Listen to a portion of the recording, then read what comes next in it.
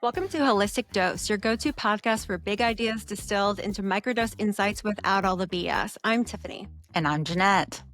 And today we're going to be talking about why women aren't happy in marriages today. And I know, Jeanette, you being a divorce attorney, family law attorney, you have so much experience in this area. Yes, what we are seeing is that a lot more women are filing for divorce than men, and we are repeatedly hearing from women how desperately unhappy they are in marriage. So I did want to spend some time in today's episode to really dive into that and talk about, what is going on and what we can do about it. But, first I'd like to talk about just gender roles and, what is the traditional gender roles today. And I think most of us consider the traditional gender roles as wife stays at home, takes care of the kids, husband goes to work and takes care of the family. What was your family like? Did you have a traditional family like that? No, actually I didn't. I had both parents working. My dad was an immigrant and my mom is a second generation. So she worked nights as a nurse and my dad worked the days and they basically traded off on their parenting roles. And then my parents got divorced when I was, I think around 7.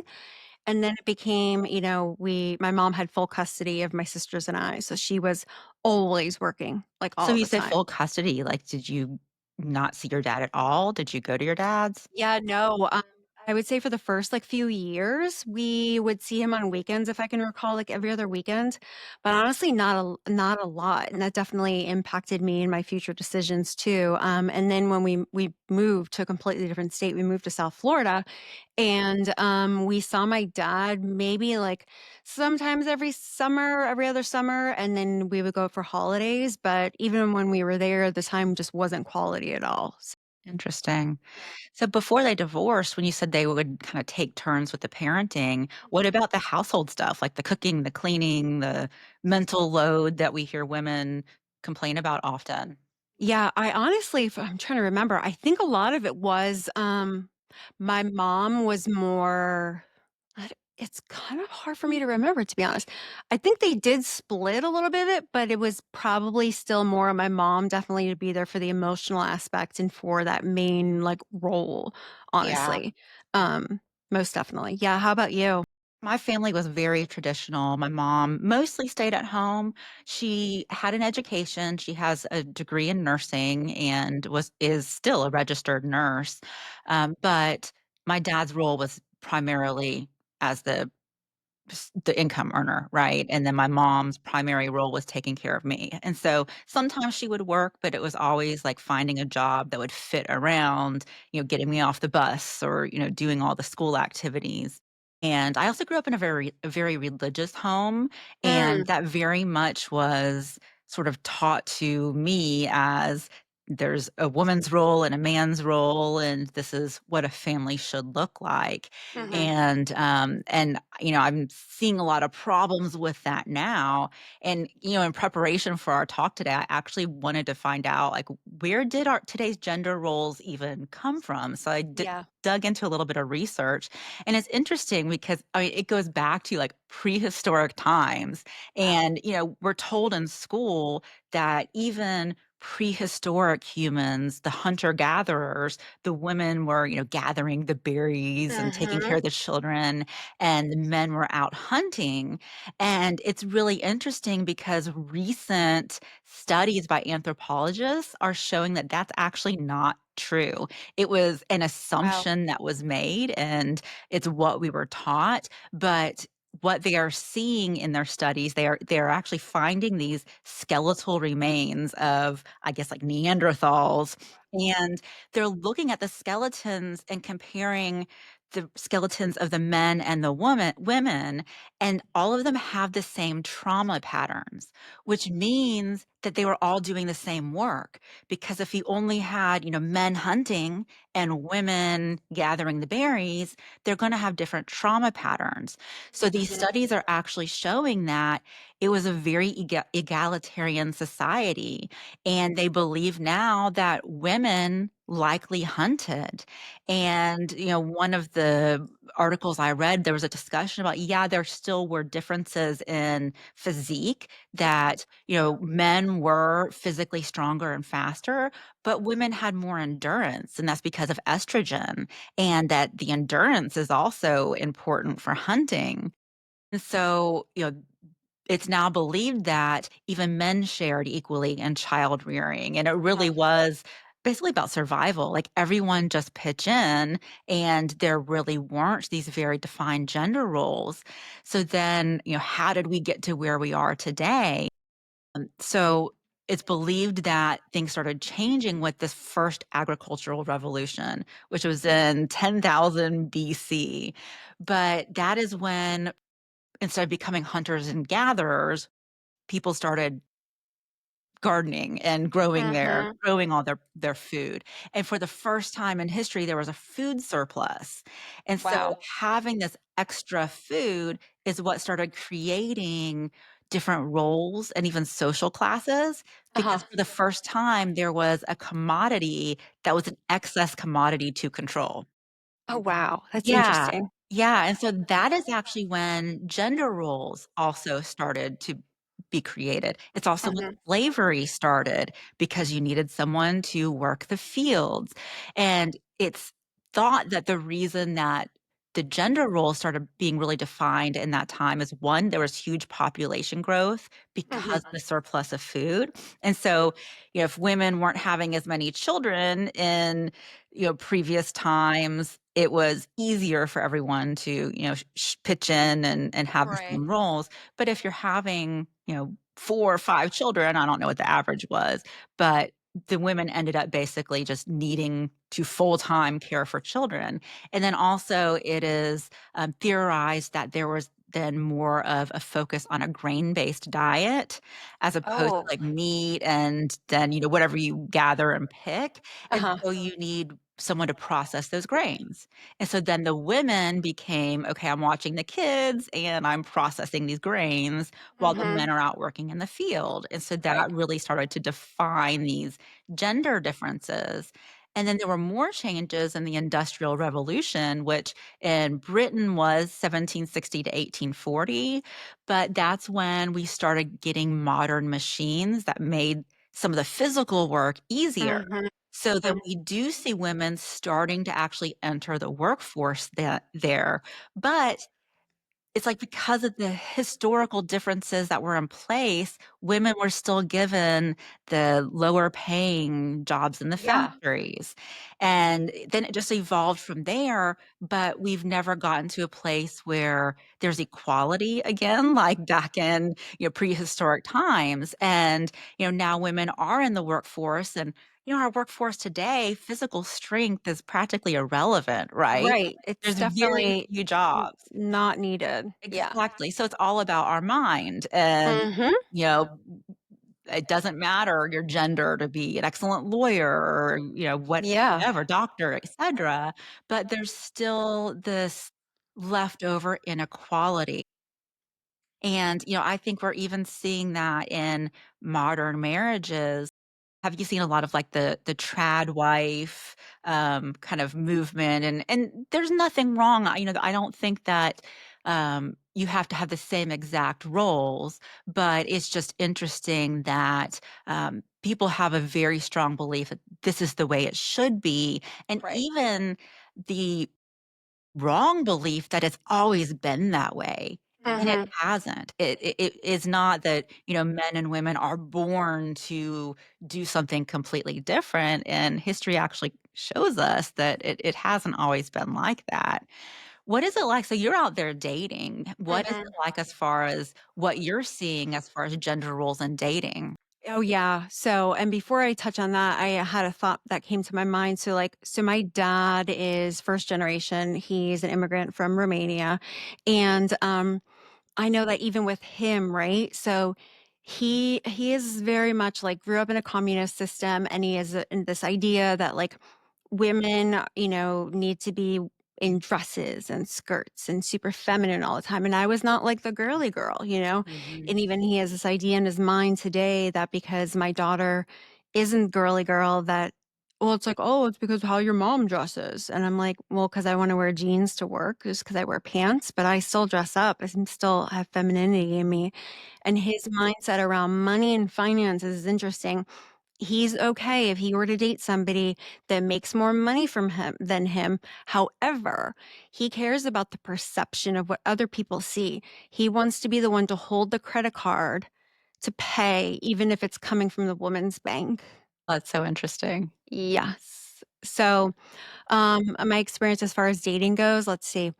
I think that, because I'm naturally like a super high achiever, I look for that in a partner. And I think, it's funny. I think what men and women think that they like or want in each other is so far different because you see these men on their dating profiles holding up like, the comical, like the fish and the posing with all the common things and showing their chest off and all these things. And what they don't really realize is that um, we don't need them to go and hunt for us to see that they have those skills, and we also do not care about whether they have a 6-pack, a 12-pack, whatever. We care that they can provide those 6 and 12 packs for us to drink more than anything, and it's the financial security that we wanna make sure of, but we wanna make sure, at least I do, that I can still provide and take care of myself. I think that's Yeah. just also because how I was raised that, my mom being mostly a single mom, like, and as I am now, I always like to make sure that I can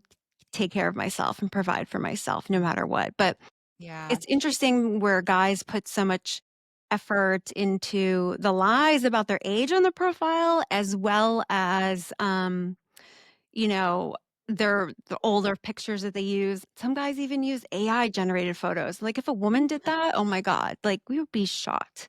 Yeah. But all of a sudden they do that, and for me, what's really important is finding somebody who's passionate in what they're doing and can provide, but I don't need them to be a provider for me necessarily. I want them to be of equal level to me or better, basically. Yeah. Yeah, and I think that kind of brings us into, okay, are women and are men unhappy in marriage?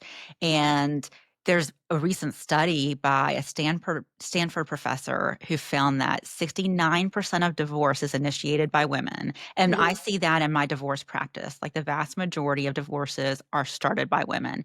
Yep. And it's women who are saying that they're not happy in marriage. And something interesting in the study was for unmarried partnerships that were hetero partnerships, Mhm. as far as ending the relationship, by gender, it's 50-50. So boyfriends and girlfriends, the men equally break up, as often as the women. But Right. marriages, almost 70% of the time, the breakup of the marriage is because the woman wants it. Yeah. And, there are several studies that show that married women are less satisfied than married men and that satisfaction is equal between genders for non-married partnerships. So it really is like once we get into marriage, Mm. women become unhappy Yep. and men also benefit more from marriage and men get so pissed off, and, I'm on, like, TikTok Yes. and Instagram, and I'm very vocal about the work that I do and, what people even need to do to save their marriage. I'll get nasty Right. comments about, "Oh, you just profit from divorce." Hey, like, No. I'm smart, and if divorce went away or, the divorce rate plummeted, I could pivot. There's a lot of other things I could Figure do. out something else. Yeah. Yeah, but, the reality is that men are just clinging to an outdated system, and, I believe that is because that outdated system really benefited them the most. Well, I think that this is also too why you end up seeing so many affairs happening, right? And Yeah. things like that. It's just like, somebody people are just not happy in the setup, but it's almost like it's too difficult to go and make a change and uproot and everything, and they kind of have their cake and they eat it too. Mhm. Yeah, Yeah, change is hard, and once you bring it to the surface, there's like, okay, now I need to do something about it. yeah, and just from my own observations I've helped thousands of people at this point get divorced. I believe that women are not as financially dependent now on men. Mhm. Historically and even now, the main benefit that women get from marriage is being taken care of financially. Right. But now we have more women in the workforce that have been in the Mhm. workforce for, any time probably, in modern history. Right. And so women don't have the expectation of all I want from marriage is to be cared for financially, and then Correct. my job is child rearing. We do want emotional intelligence. We Yes. want a supportive partner. We want a best friend. And Someone just to do life with, honestly. yes, and the Mhm. provider aspect, for me, and I know for a lot of people, like, it's important, Yep. but for me, it's more about wanting someone to be able to equally provide. Like, I Mhm. personally don't expect one person to be able to financially take care of an entire family. I'm Correct. not saying that's not possible, just for me Mhm. personally, because I do think that's really hard. Like, there's job loss, there's illness, like, I Well, it's just just the pure stress and pressure alone that so exactly. many people go through, like, almost like, "Oh my god, I can't leave and try to go chase my dreams because I hold the boat up for the whole family." Exactly. So for me personally, it being a true partnership where we're both Mhm. equally responsible or close to equally. I get that not everybody makes the same amount of money. Yep. My situation happens to be where we're pretty similar in income. But when I was dating, I would date guys who made, not even six figures, right? Mhm. And Mhm. that's fine. Like, it's like, okay, if they're contributing, and especially like, if they can provide health insurance, that would be an attractive thing since, Yeah. with self-employment, whatever. But, for me, that's what's been really important. And I think for women, they're wanting more than just a financial contribution. Right. And, and then it's like, okay, why is it so hard for men to provide that? And I think that, um, it's these social standards and even the It is. messages that we are giving to little boys when they're young, and and just what we're teaching them. We don't teach boys to be in touch with their emotions. A lot of time it's like Yeah, it's just not accepted. exactly, like a little boy crying and it's like toughen up, and Mhm. you're Mhm. not supposed to have those feelings. Teaching kids like that is making it so they cannot emotionally connect as men. And women are not going to settle for less than having that emotional connection. And so that's the real just bottom line problem is, Right. um, you know, if women are going to marry, we have to have that. And we're not going to stay in a marriage if we don't.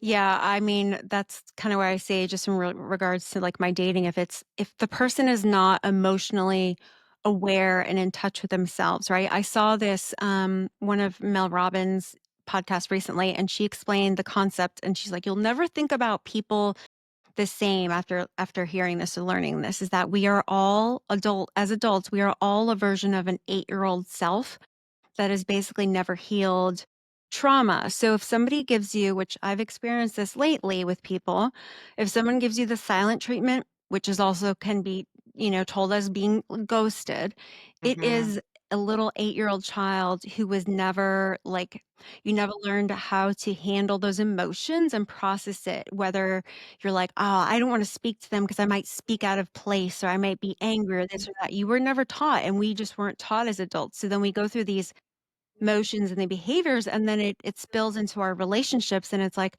well, how can you be married to somebody and not feel comfortable talking to them about finances, sex, raising the kids, if you know that they're going to be walking on eggshells or they're going to lash out at you, and yeah, if I'm going to enter a relationship and I start seeing that early on and somebody can't handle emotionally just texting me back to say like whatever it is, like, "No, I don't wanna go over this," or if they're coming into the relationship with past trauma from their marriages that were again, was unresolved things from when they were a child, then sorry, if you don't bring what the level that I have currently or better, I'd just rather stay single. I have a great, like, happy life, you know? Yeah.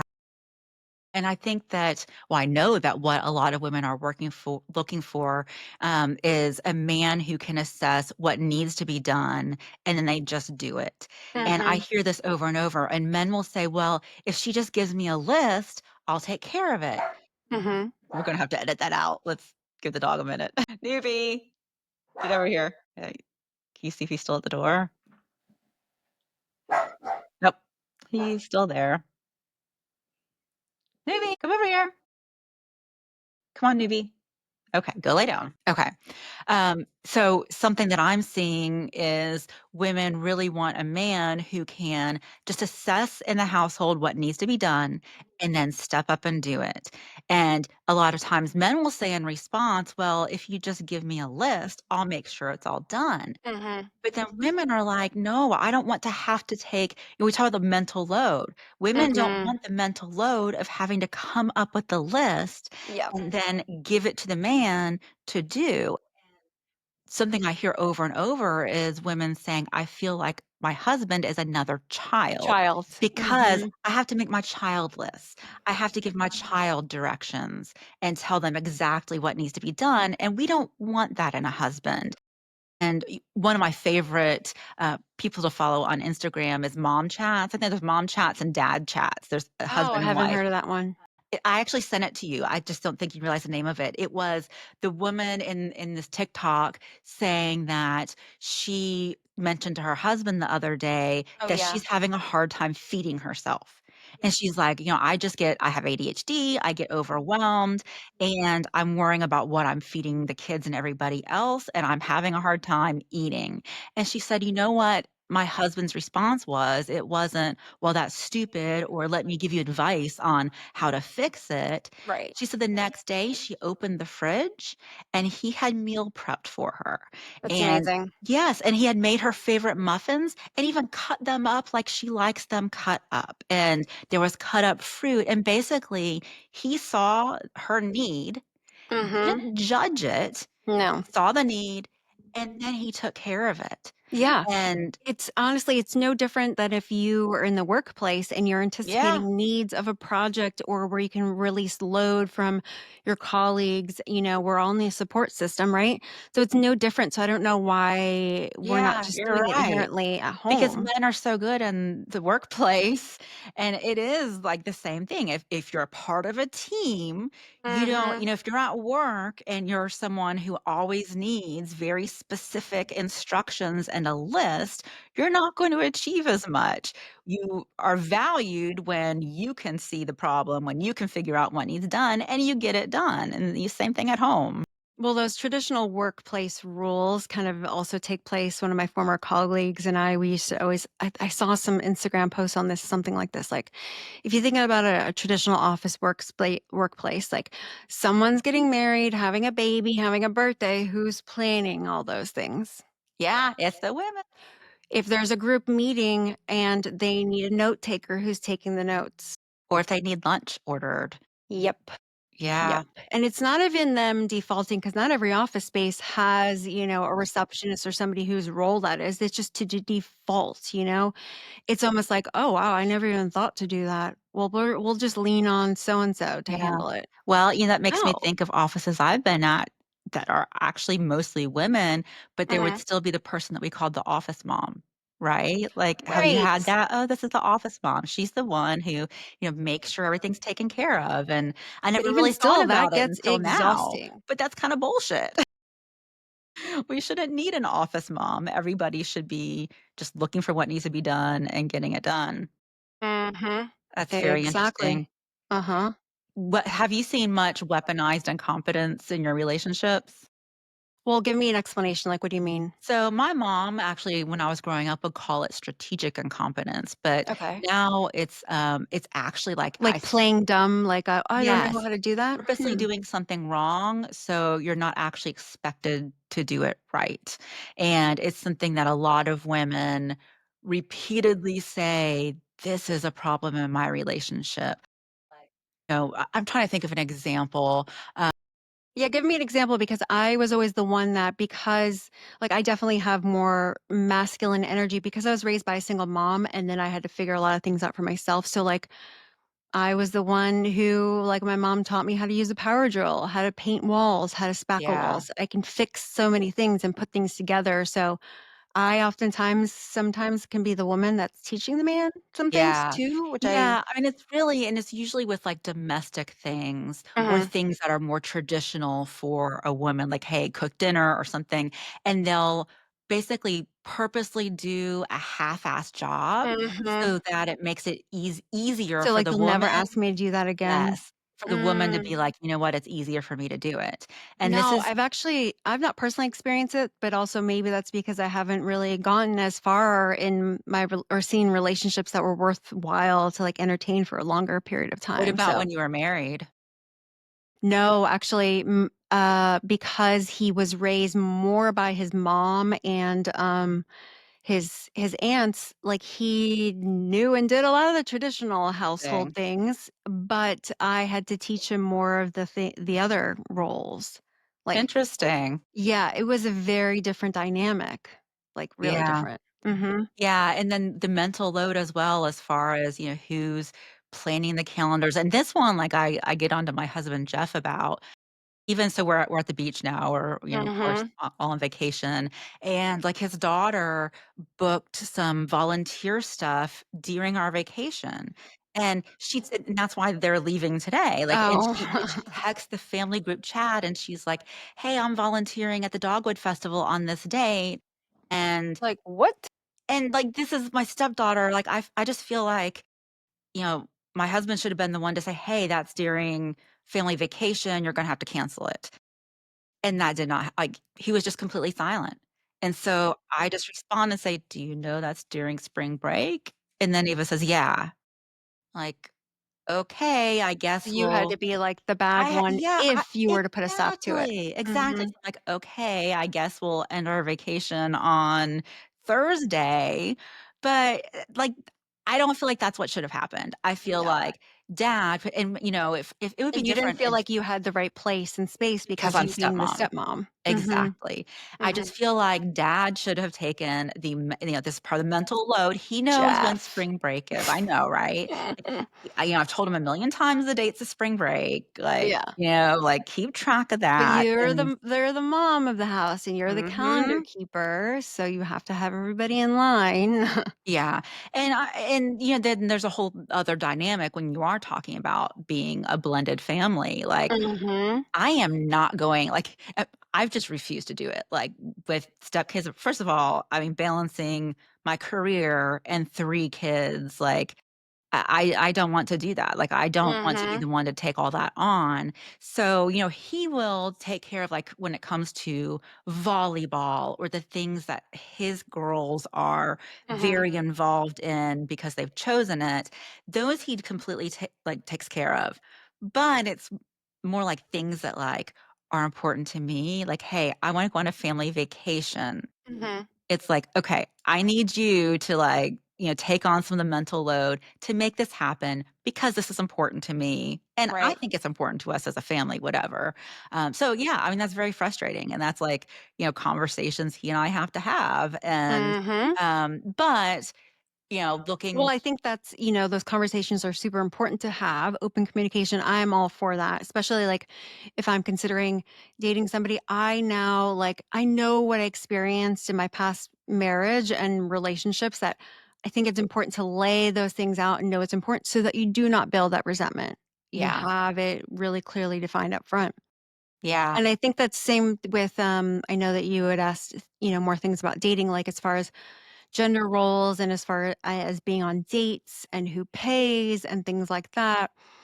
Um, I used to approach it a little bit differently. I think like I sometimes felt like, well, if I felt like the date was like, I'm like definitely not feeling it. I would like go reach for my card to like offer to pay. And then if they accepted it, I was like, definitely a no there.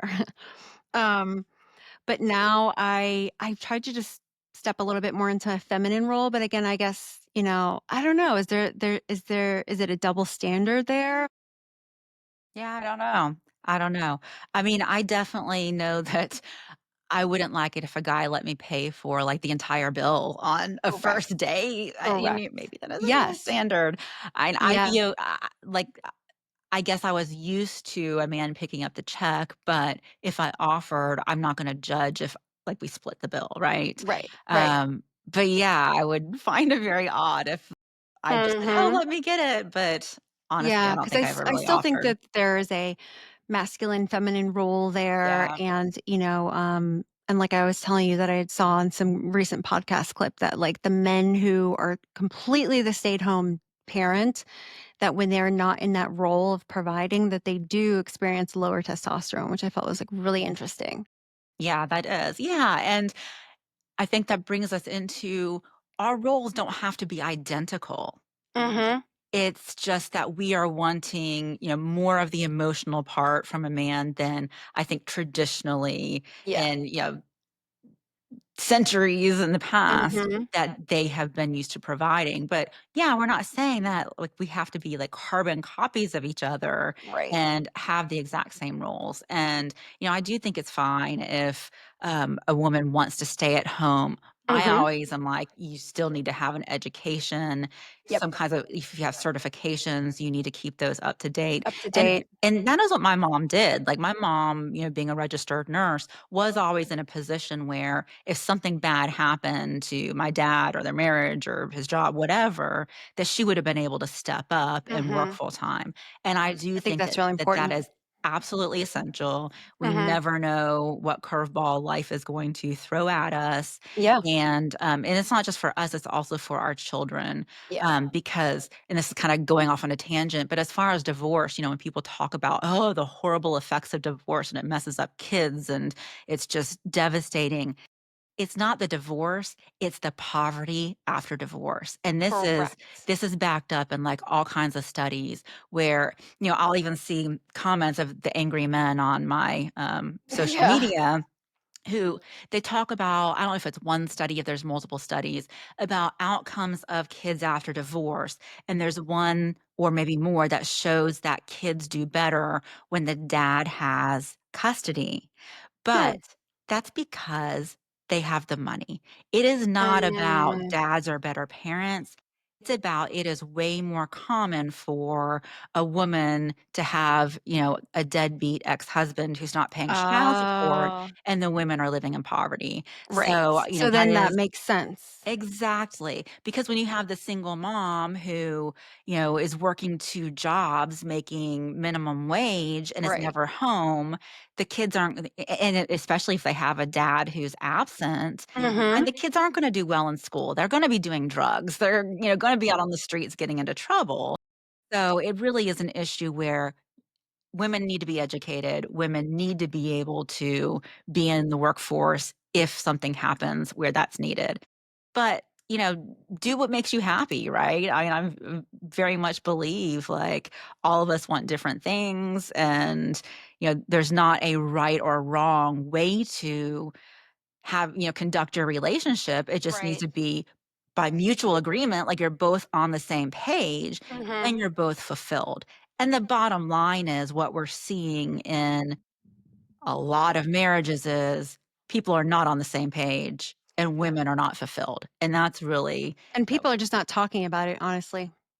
yeah, And I think they're scared, and this is where, like, I hope that we can offer this as a sounding board for people, but, because we've been through it ourselves, but I think that friends are kinda scared to bring this conversation up amongst each other, because nobody wants to hint at being the one, and then you're looking at the outcast, but, like, it's happening more and more. Just yeah. people are kinda suffering in silence. Something else I've observed in some of my female friends who are married and also career oriented Mhm. is sometimes without even being asked, they just step up to take too much on. Yeah. And, I'm thinking of, like, one friend I in do this in work particular, in general. really, like, when I went to visit this friend, like, she had the much more demanding job than the husband, and Mm. they had kids, and, he would get home from his shorter workday and put his feet up and be, like, watching TV with a beer, and she would get home and, like, be cooking dinner and, like, Mhm. picking up toys and making sure kids got their baths, and it's like and, of course, I don't know what's going on behind closed doors, maybe Sure. had been a bunch of conversations, but I do think that women, a lot of us put that expectation on We ourselves do. that, okay, I want to have a job, but it's also my responsibility to be the parent and, make sure all these things get done. It's And like you can still to get do your career, that's great, but don't forget about what all of these other things you have to do here too. yeah, and it's not realistic to put Mm-mm. that on us, onto ourselves, and to not expect that our partner be able to step up and do some of those things. And in those situations, I do think that those are some of the people who end up becoming the most upset and resentful, but Mhm. they didn't have those conversations, Yeah. and they just kind of wore themselves out. So have those conversations, because it's not fair to men if we're not being vocal about it and being really clear about, hey, here's what I need. And you very well may need a therapist to help you have those Yeah. conversations. Because men, i- my observation is, um, women will say, I have said something over and over and over. And it's like, for Yeah. some reason, it doesn't sink into the Yep. man until it's gotten to the point of it being really bad. Well, when it's for the woman, when she's done, she's done. Yes. Yeah, and usually by that time, she's, like, asked repeatedly. Yeah. She's over it. So, I do think that early on, you have to get a therapist involved, Mhm. if you're not getting through to your spouse, then try to use a therapist to get through to your spouse. And then ultimately, I mean, some men are not going to change. Some men are not going to Mm-mm. be willing to, provide these other things that women are wanting. So I guess that brings us into, okay, here's the situation that we are seeing in society. We're seeing that the traditional marriage is not working for women. Right. 70% of divorces are initiated by women, and then of the people who aren't divorcing, I still think there's a lot of unhappy women who just Mhm. aren't divorcing out of fear or, religious reasons, whatever. So, what do we do with this? Like, what as women, what do we do to change that unhappiness? Maybe we can't change men, but how do we make ourselves happy? Yeah, and Um I also wanna make sure we're clear and fair in that it's not just this is not just like women aren't happy and this is a one-sided thing because I do see a lot of even some of my female friends who just aren't real with themselves as far as their expectation goes. They feel as though they need to have, and women who are in the dating realm, they expect a man to provide everything and their own happiness as well. And I'm not on yeah, board for that. Like, I yeah, think it's each person's, they have to own their own happiness. for And I sure. think that the reason why a lot of the divorces are happening and why we're saying here that, why it's not working for women, it's probably because we grew up and we didn't know who we were as individuals and what we really wanted. And then by the time we found out, it's too hard almost to like go back and you have to reset and reestablish this relationship from the beginning. So I think that like as a job for myself being a mother to a daughter, it's my responsibility to just start teaching her. And I've tried to start teaching her what she Mhm. can expect. And I know that there's this big, you know, there's this book that I've heard that's always great, but I've not read it myself, but Strong Fathers, Strong Daughters. But I heard that that's a really good one, My to husband's start. read that. Really? I Yeah. think so. Is it one that is not necessarily geared towards women reading, but it's It's for men, yeah, okay, it's mhm. for men, It's more okay. just about, like, how you have to start teaching your daughter how to be treated and what's acceptable so that they can choose and have those high standards overall. So I think, like, how can I apply that to my daughter even though I'm not a male myself, but getting into her it honestly it starts at home. She's gonna model the relationships that Yep. she sees me in. So if she sees me settling, which is part of why, like, I wanted to make sure I was displaying a loving, healthy relationship. So I think a lot of the core of it starts there that we make the change and, how can we model those things and don't just settle to be in a relationship to be just to be with somebody, right? Because you are not just doing the harm to your own self, but to your kids who are going to see and they're going to carry that on. Yeah. Yeah, that brings up, like, 2 really important things to me is, one, as a mom raising a boy, Mm. to really teach our boys emotional intelligence and talk about your feelings. Don't Mhm. bottle them up. And it's okay. It is okay to cry, to be in touch with your emotions. That's actually Mhm. a very good thing. And then, when you say don't settle, I don't know that marriage necessarily works for most of us. And I Yeah. think that we need to embrace we might not need marriage. Not everybody, right? It's okay to not marry. It's okay to never marry. And I don't think that's necessarily a bad thing. Maybe just Mhm. society's evolving and some people will still choose to marry, but I think it needs to be accepted that, other people are going to choose not to, and it's not like you're the crazy cat lady Right. and you're looked at as weird for not doing that. Mhm. I totally agree. I think, like, I have some close friends who, they had both they're in a relationship and, they've both been divorced several times, and they just decided, "We're gonna do life together, but we're just not gonna put a contract between us." Yeah, yeah, And it it works makes great. complete sense. Yeah, there's Mhm. so many other, options like the living apart together. Like we don't necessarily even need to live in Blend the the same households. home. Let's have a long-term relationship, but we don't have to make it, look like a marriage.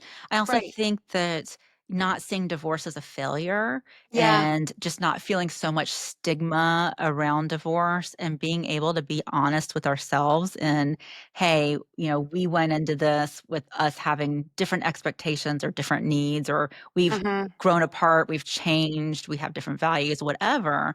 Being able to accept that and not see this as, oh, we failed. You know, Right.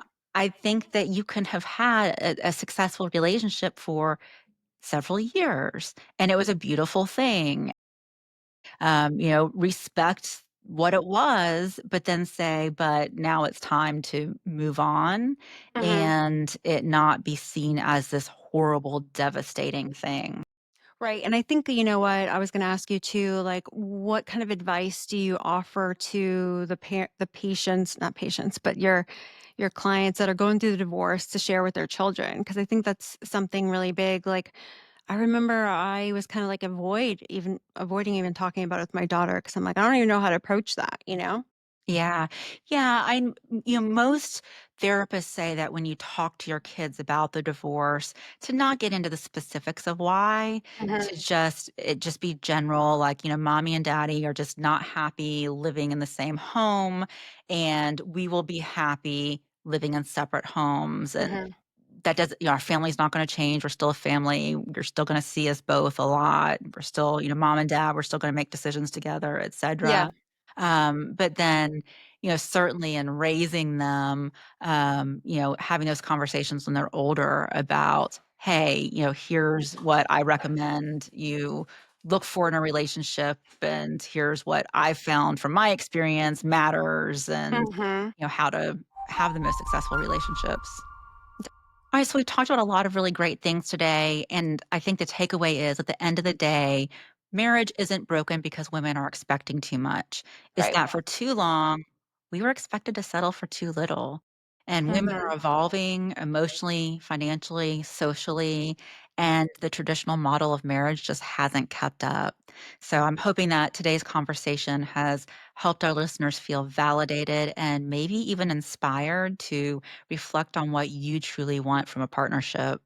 Yeah, I think those are really awesome points. And we do have a couple of recommended reads that we'll drop in the show notes too, but a couple of them are Too Good to Leave, Too Bad to Stay by Mira Kirschenbaum, All the Rage, Mothers, Fathers, and the Myth of Equal Partnership by Darcy Lockman.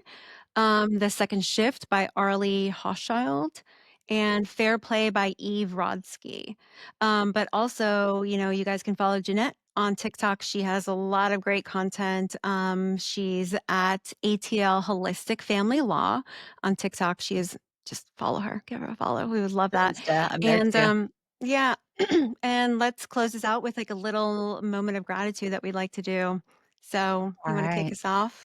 Yeah, I am very thankful that we are at the beach right now, and our kids are with us, Yeah. and it's just been a nice family trip, and it's been really nice to be able to just unplug from work for a few days. And it's a little bit cold here, but Yeah. it's still been beautiful, and I'm very thankful that we've been able to do this. I couldn't agree more. I was saying to my daughter, just making a shift in my career and doing something that's for me has allowed me to, the first time in my life, be actually truly more present with her. I haven't received panic emails or text messages Mm, or everything. So it's like, I think that was like a lot of what we talked about in our past few podcasts about, it's hard doing big changes and things for yourself, but it's so rewarding and yeah, just to experience that on this vacation with you guys. And I'm so happy. So, awesome. yeah. So if you've laughed, nodded along, or felt seen, hit subscribe and share this episode with your friends. And follow us on social, A Holistic Dose on Instagram, TikTok, and YouTube for more fun. Thanks for hanging out with us. We'll be back next week with more unfiltered friend talk right here on A Holistic Dose. Have a great week. Bye.